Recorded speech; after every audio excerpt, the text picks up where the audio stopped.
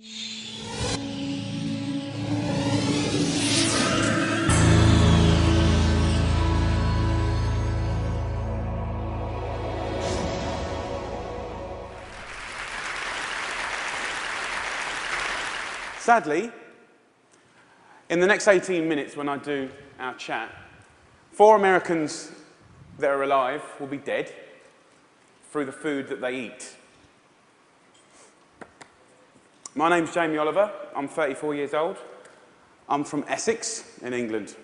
And for the last 7 years, I've worked fairly tirelessly to save lives in my own way. I'm not a doctor. I'm a chef. I don't have expensive equipment or medicine. I use information, education. I profoundly believe that the power of food has a primal place in our homes that binds us to the best bits of life. We have an awful, awful reality right now. America, you're at the top of your game. This is one of the most unhealthy countries in the world. Can I please just see a raise of hands for how many of you have children in this room today? Please put your hands up. Aunties, uncles, you can continue to put your hands up. Aunties and uncles as well? Most of you. Okay. We, the adults of the last 4 generations, have blessed our children with the destiny of a shorter lifespan than their own parents. Your child will live a life 10 years younger than you because of the landscape of food that we've built around them. 2/3 of this room today in America are statistically overweight or obese. You lot, you're all right, but we'll get you eventually, don't worry. Right?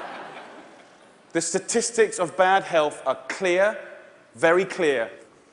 We spend our lives being paranoid about death, murder, homicide, you name it. It's on the front page of every paper, CNN. Look at homicide at the bottom, for God's sake. Right?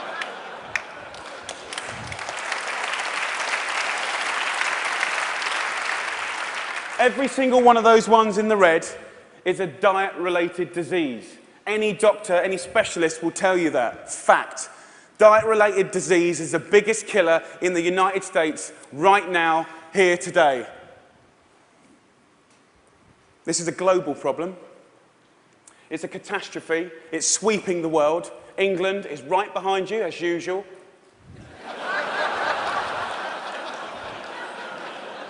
I know they were close, but not that close. We need a revolution. Mexico, Australia, Germany, India, China, all have massive problems with obesity and bad health. Think about smoking. It costs way less than obesity now. Obesity costs you Americans 10% of your healthcare bills, $150 billion a year. In 10 years, it's set to double, $300 billion a year. And let's be honest, guys, you ain't got that cash. I came here to start a food revolution that I so profoundly believe in. We need it. The time is now. We're in a tipping point moment. I've been doing this for 7 years. I've been trying in America for 7 years. Now is the time when it's ripe. Ripe for the picking. I went to the eye of a storm. I went to West Virginia, the most unhealthy state in America. Or it was last year. We've got a new one this year, but we'll work on that next season. Huntington, West Virginia, beautiful town. I wanted to put heart and soul and people, your public, around the statistics that we've become so used to. I want to introduce you to some of the people that I care about, your public, your children. I want to show a picture of my friend Brittany. She's 16 years old. She's got 6 years to live because of the food that she's eaten. She's the 3rd generation of Americans that hasn't grown up in a food environment where they've been taught to cook at home or in school, or her mum, or her mum's mum. She has 6 years to live. She's eating her liver to death. Stacey, the Edwards family. This is a normal family, guys. Stacey does her best, but she's 3rd generation as well. She was never taught to cook at home or at school. The family's obese. Justin here, 12 years old, he's 350 pounds. He gets bullied, for God's sake. The daughter there, Katie, she's 4 years old. She's obese before she even gets to primary school. Marissa, she's all right. She's one of your lot. But you know what? Her father, who was obese, died in her arms. And then the second most important man in her life, her uncle, died of obesity. And now her stepdad is obese. You see, the thing is, obesity and diet-related disease doesn't just hurt the people that have it, it's all of their friends, families, brothers, sisters. Pastor Steve, an inspirational man, one of my early allies in Huntington, West Virginia. He's at the sharp knife edge of this problem. He has to bury the people, okay? And he's fed up with it. He's fed up with burying his friends, his family, his community. Come winter, 3 times as many people die. He's sick of it. This is preventable disease, waste of life. By the way, this is what they get buried in. We're not geared up to do this. Can't even get them out the door, and I'm being serious. Can't even get them there, forklift. Okay, I see it as a triangle, okay? This is our landscape of food. I need you to understand it. You've probably heard all this before, but let's just go back over it. Over the last 30 years, what's happened that's ripped the heart out of this country? Let's be frank and honest. Well, modern day life. Let's start with the main street. Fast food has taken over the whole country, we know that. The big brands are some of the most important powers, powerful powers in this country. Supermarkets as well. Big companies, big companies.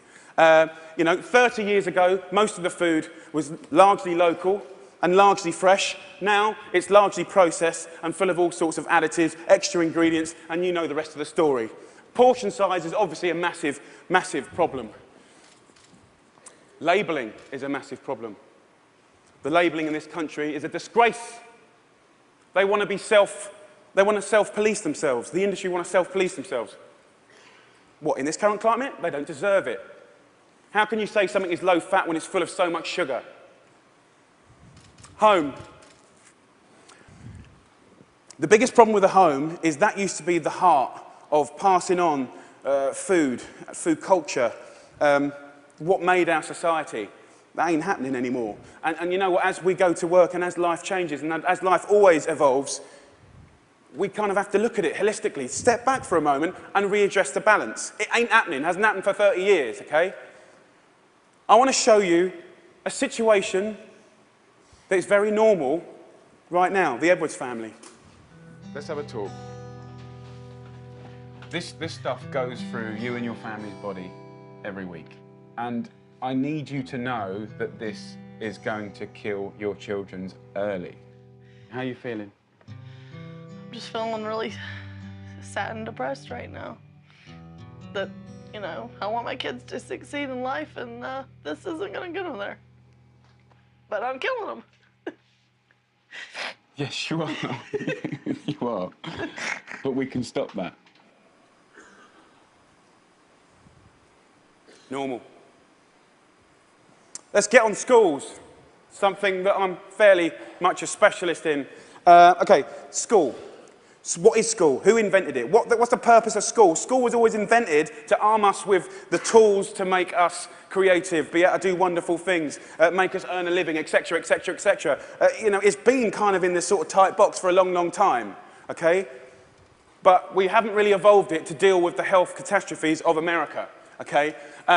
School food is something that most kids, 31 million a day actually, have twice a day, more than often, breakfast and lunch, 180 days of the year. So you could say that school food is quite important, really, judging the circumstances.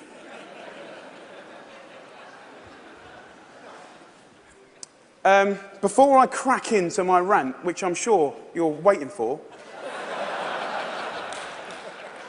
I need to say one thing, and it's so important in hopefully the magic that happens and unfolds in the next 3 months. The lunch ladies, the lunch cooks of America, I offer myself as their ambassador. I'm not slagging them off. They're doing the best they can do. They're doing their best. But they're doing what they're told, and what they're being told to do is wrong. The system is highly run by accountants. There's not enough or any food knowledgeable people in the business. There's a problem. If you're not a food expert and you've got tight budgets and it's getting tighter, then you can't be creative. You can't duck and dive and write different things around things. If you're an accountant and a box ticker, the only thing you can do in these circumstances is buy cheaper shit. Now, the reality is the food that your kids get every day is fast food. It's highly processed. There's not enough fresh food in there at all. You know, the amount of additives, E-numbers, ingredients you wouldn't believe. There's not enough veggies at all. French fries are considered a vegetable. Pizza for breakfast. They don't even get given crockery. Knives and forks, no, they're too dangerous. There's scissors in the classroom, but knives and forks, no. And the way I look at it is if you don't have knives and forks in your school, you're purely endorsing, from a state level, fast food, because it's handheld. And yes, by the way, it is fast food. It's sloppy joes, it's burgers, it's wieners, it's pizzas, it's all of that stuff. 10% of what we spend on healthcare, as I said earlier, is on obesity, and it's going to double. We're not teaching our kids. There's no statutory right to teach kids about food, elementary or secondary school, okay? We don't teach kids about food, right? And this is a little clip from an elementary school, which is very common in England. Who knows what this is? Potatoes. Potato? So you think these are potatoes? Do you know what that is? Do you know what that is? Broccoli. What about this? Our good old friend. Do you know what this is, honey? Celery. No. What do you think it is, darling? Onion. Onion, no. Immediately you get a really clear sense of, do the kids know anything about where food comes from? Who knows what that is? Pear. What do you think this is? I don't know. If the kids don't know what stuff is, then they will never eat it. Normal. England and America. England and America. Guess what fixed that? Guess what fixed that? 2 one-hour sessions. We've got to start teaching our kids about food in schools, period.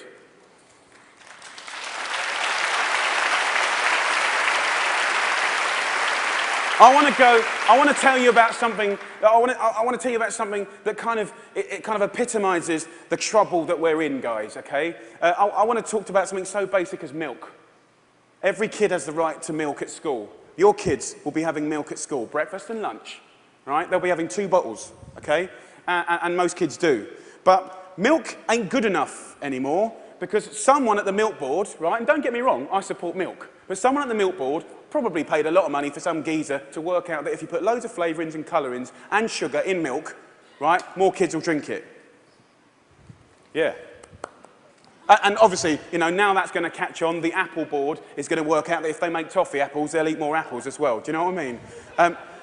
For me, there ain't no need to flavour the milk, okay? There's sugar in everything. I know the ins and outs of those ingredients. It's in everything. Even the milk hasn't escaped the kind of modern day problems. There's our milk, there's our carton. In that is nearly as much sugar as one of your favourite cans of fizzy pop, and they're having 2 a day. So, let me just show you. We've got one kid here having, you know, 8 tablespoons of sugar a day, you know. There's your week, there's your month, and I've took the liberty of putting in just the 5 years of elementary school sugar, just from milk.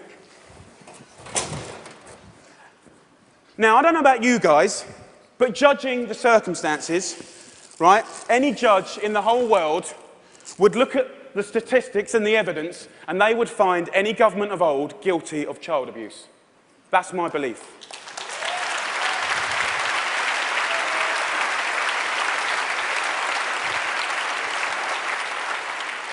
Now, if I came up here, and I wish I could come up here today, and hang a cure for AIDS or cancer, you'd be fighting and scrambling to get to me. All this bad news is preventable. That's the good news. It's very, very preventable. So let's just think about, we've got a problem here, we need to reboot. Okay, so in my world, what do we need to do? Here's the thing, right? It cannot just come from one source. To reboot and make real, tangible change, so that I can look you in the white of the eyes and say, in 10 years' time, the history of your children's lives, happiness And let's not forget, you're clever if you eat well, you know, you're going to live longer, all of that stuff. It will look different, okay? So, supermarkets. Where else do you shop so religiously? Week in, week out. How much money do you spend in your life in a supermarket? Love them. They just sell us what we want, all right. They owe us to put a food ambassador in every major supermarket. They need to help us shop. They need to show us how to cook quick, tasty, seasonal meals for people that are busy. This is not expensive. It is done in some, and it needs to be done across the board in America soon and quick. The big brands, you know, the food brands, need to put food education at the heart of their businesses. I know, easier said than done. It's the future. It's the only way. Fast food. With the fast food industry, you know, it's very competitive. I've had loads of secret papers and dealings with fast food restaurants. I know how they do it. I mean, basically, they've weaned us on to these hits of sugar, salt, and fat, and X, Y, and Z, and everyone loves them, right? So these guys are going to be part of the solution, but we need to get the government to work with all of the fast food purveyors and the restaurant industry, and over a 5, 6, 7 year period, wean us off the extreme amounts of fat, sugar, fat, and all the other non-food ingredients. Now, also, back to the sort of big brands, labelling, I said earlier, is an absolute farce and has got to be sorted. Okay, school. Obviously, in schools, we owe it to them to make sure those 180 days of the year, from that little precious age of 4 to 18, 20, 24, whatever, they need to be cooked proper, fresh food from local girls on site, okay? There needs to be a new standard of fresh, proper food for your children. Yeah?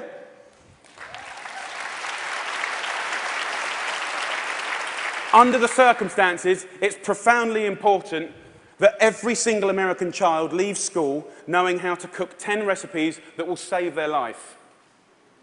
Life skills. That means that they can be students, young parents, and be able to sort of duck and dive around the basics of cooking no matter what recession hits them next time. If you can cook, recession money doesn't matter. If you can cook, time doesn't matter. The workplace, we haven't really talked about it. You know, it's now time for corporate responsibility to really look at what they feed or make available to their staff. The staff are the mums and dads of America's children. Marissa, her father died in her hand. I think she'd be quite happy if corporate America could start feeding their staff properly. Definitely, they shouldn't be left out. Let's go back to the home. Now, look, if we do all this stuff, and we can, it's so achievable. You can care and be commercial, absolutely. But the home needs to start passing on cooking again, for sure, for sure. Pass it on is a philosophy. And for me, it's quite romantic, but it's about if one person teaches 3 people how to cook something, you know, and they teach 3 of their mates, that only has to repeat itself 25 times, and that's the whole population of America. Romantic, yes, but most importantly, it's about trying to get people to realise that every one of your individual efforts makes a difference. We've got to put back what's been lost. Huntington Kitchen. Huntington, where I made this programme, you know, we've got this primetime programme that hopefully will inspire people to really get on this change. I truly believe that change will happen. Huntington Kitchen, I work with a community. I worked in the schools. I found local sustainable funding to get every single school in the area from the junk onto the fresh food. $6.5 grand per school. That's all it takes, $6.5 grand per school. The kitchen is 25 grand a month, okay? This can do 5,000 people a year, which is 10% of their population, and it's people on people. You know, it's local cooks teaching local people. It's free cooking lessons, guys. Free cooking lessons in the main street. This is real tangible change. Real tangible change. Around America, if we just look back now, there's plenty of wonderful things going on. There's plenty of beautiful things going on. There are angels around America doing great things in schools, farm-to-school setups, garden setups, education. There are amazing people doing this already. The problem is they all want to roll out what they're doing to the next school and the next, but there's no cash. We need to recognise the experts and the angels quickly, identify them, and allow them to easily find the resource to keep rolling out what they're already doing and doing well. Businesses of America need to support Mrs. Obama to do the things that she wants to do.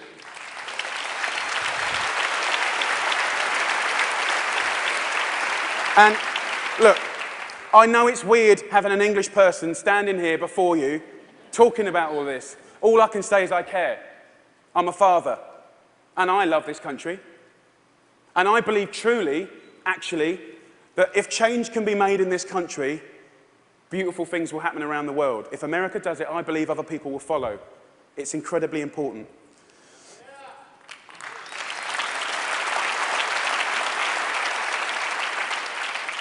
When I was in Huntington, trying to get a few things to work when they weren't, I thought, if I had a magic wand, what would I do? And I thought, you know what, I'd just love to be put in front of some of the most amazing movers and shakers in America. And a month later, TED phoned me up and gave me this award. I'm here. So my wish.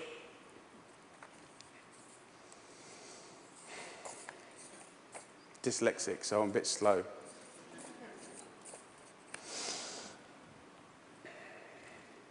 My wish is for you to help a strong, sustainable movement to educate every child about food, to inspire families to cook again, and to empower people everywhere to fight obesity.